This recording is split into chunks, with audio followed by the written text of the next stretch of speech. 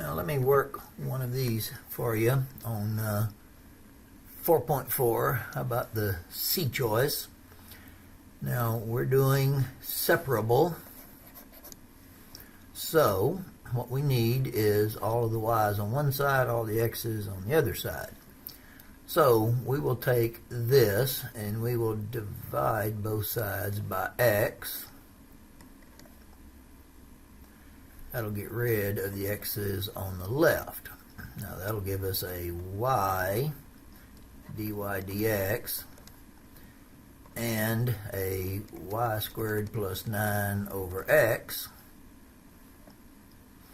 Now we want the dx to be over here. We'll multiply both sides by dx. And finally, we need the y squared plus 9 over on the other side. So we need to divide both sides by y squared plus 9.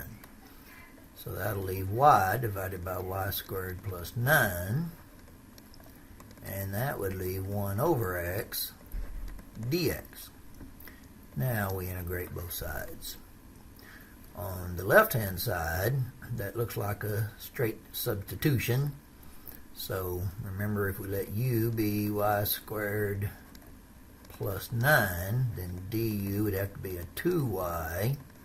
So we need a 2 and a 1/2. So we would end up with a 1/2, the integral of 1 over u, which would be the ln of u, which in our case is y squared plus 9. Now I can go through this in more detail individually or in class if you need more help with those integrals. The integral of 1 over x would be ln of x. And then we'll have some constant of integration. So the idea would be to try to recover the y. Let's multiply through by 2 to get rid of the 1/2. So if we multiply by 2, this would become the ln of y squared plus 9. This would be a 2 ln of x plus 2 times c1, which is some new constant, c2. We can do the natural exponential of both sides and at least get rid of some of the ln's. So the e to the ln of y squared plus 9 would come out to just be y squared plus 9. Now this 2 ln of x is the same thing as the ln of x squared. And e to the ln of x squared plus c2 would be an e to the ln of x squared times an e to the c2. We will call e to the c2 by some new name, like maybe c3. And e to the ln of x squared would be just x squared. So we end up with a y squared plus 9 equals some number times x squared. And we cannot recover the y explicitly. We can solve this for y by subtracting 9 from both sides and doing the square root, and that would give us plus or minus the square root of some constant x squared minus 9. That's about the best we can do.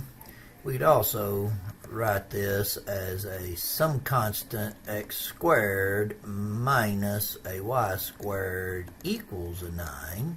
And we can see that this is going to be in the form of an hyperbola.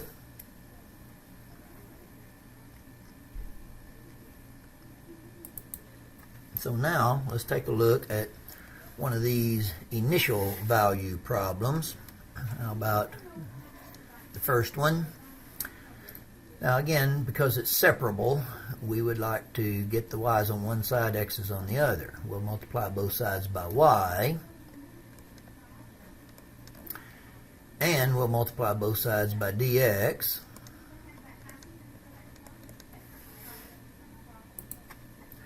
When we integrate both sides, we get y squared over 2, we get x squared over 2, and then our constant of integration. We can multiply through by 2 and have y squared equals x squared plus 2 times c1, which we'll call c2.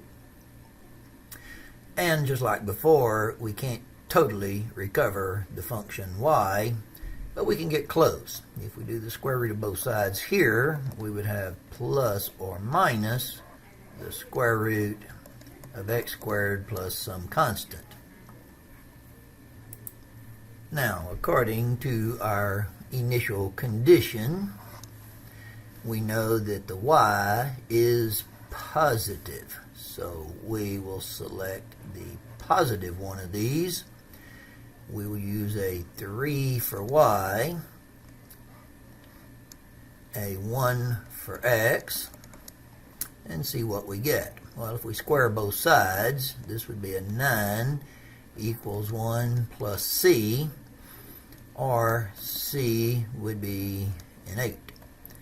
Therefore, our answer would be the positive square root of x squared plus 8.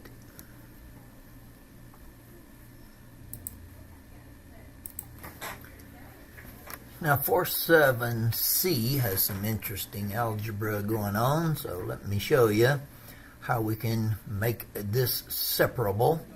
On the right hand side, what you see here we learned about back in college algebra. It's called factoring by grouping. If I take the xy minus 3x and factor out an x, that would be y minus 3. If I take the negative 2y plus 6 and factor out the negative 2, that likewise would be a y minus 3. Then, if we take this and factor out a y minus 3, that would leave the x minus 2. Again, if you want to look that up, that's called factoring by grouping. So we divide both sides by y minus 3, multiply both sides by dx. So we end up with a 1 over y minus 3 on the left, and then an x minus 2 dx on the right. We integrate both sides. Left hand side is the ln of y minus 3. Right hand side is x squared over 2 minus 2x, and then our constant of integration. Well, you can kind of tell that since it's a y minus 3 here, we're going to be able to recover the y on this one. Just need to work on it right.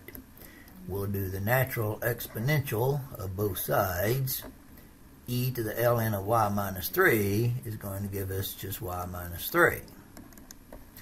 On the right hand side, we're going to split this into e to the x squared over 2 minus 2x times e to the c1. And we've done this numerous times already.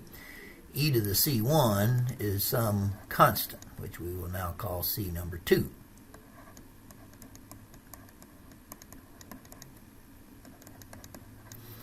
And we can add 3 to both sides and get y equals c e to the x squared over 2 minus 2x plus 3.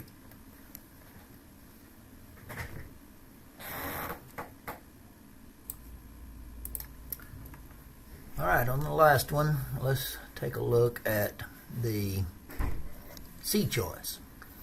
Now, when we separate this, we'll need to divide both sides by y squared minus y, and divide both sides by x, and multiply by dx.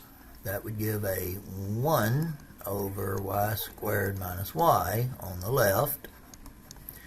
That would be a 1 over x on the right.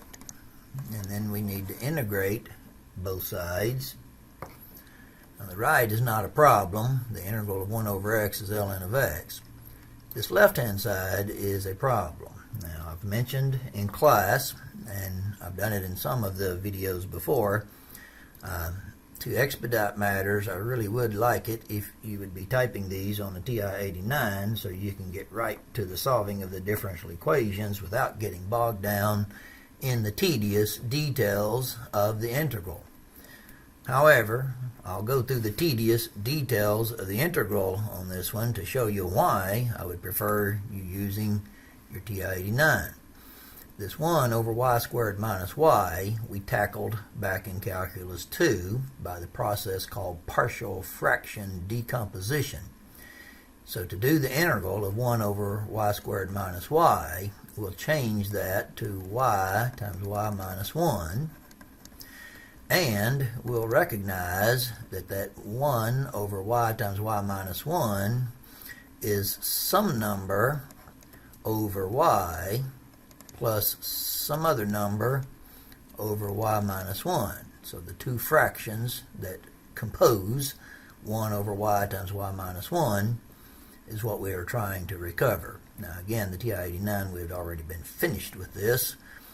However, if we multiply top and bottom by y minus 1 on the first and by y on the second, we get ay minus a plus by over y times y minus 1. That has to be equal to 1 over y times y minus 1. We'll collect the y's together. That's a plus b times y.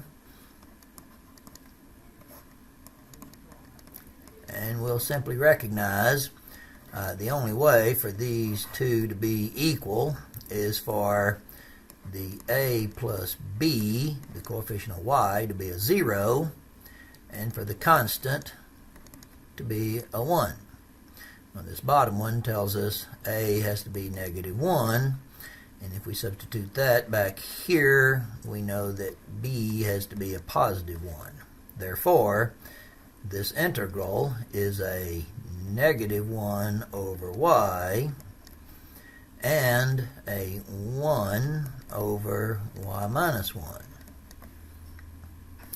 So, back to where we were at the beginning, the integral of negative 1 over y is a negative ln y.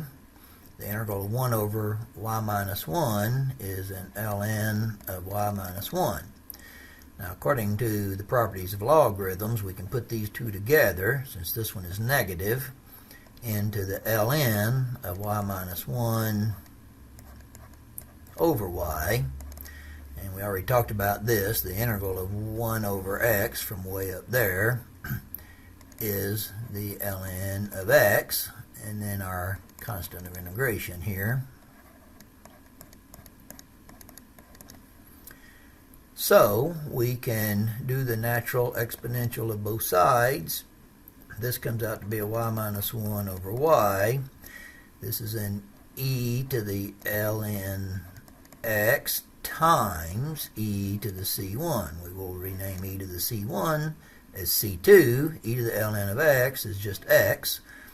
So we end up with, I'm going to have to come over here, y minus 1 divided by y equals c times x. We'll multiply both sides by y. That'll give us y minus 1 equals cxy. We will move the 1 over to the right, cxy over to the left. We'll have y minus cxy equals 1. We'll factor out the y and divide. And there's our answer.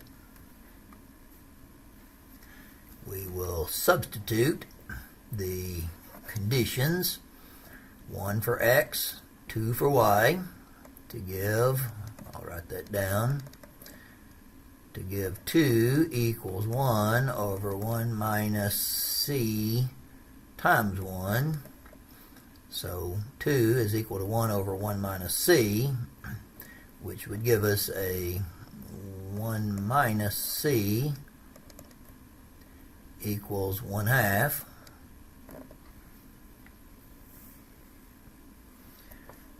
Or C equals 1/2.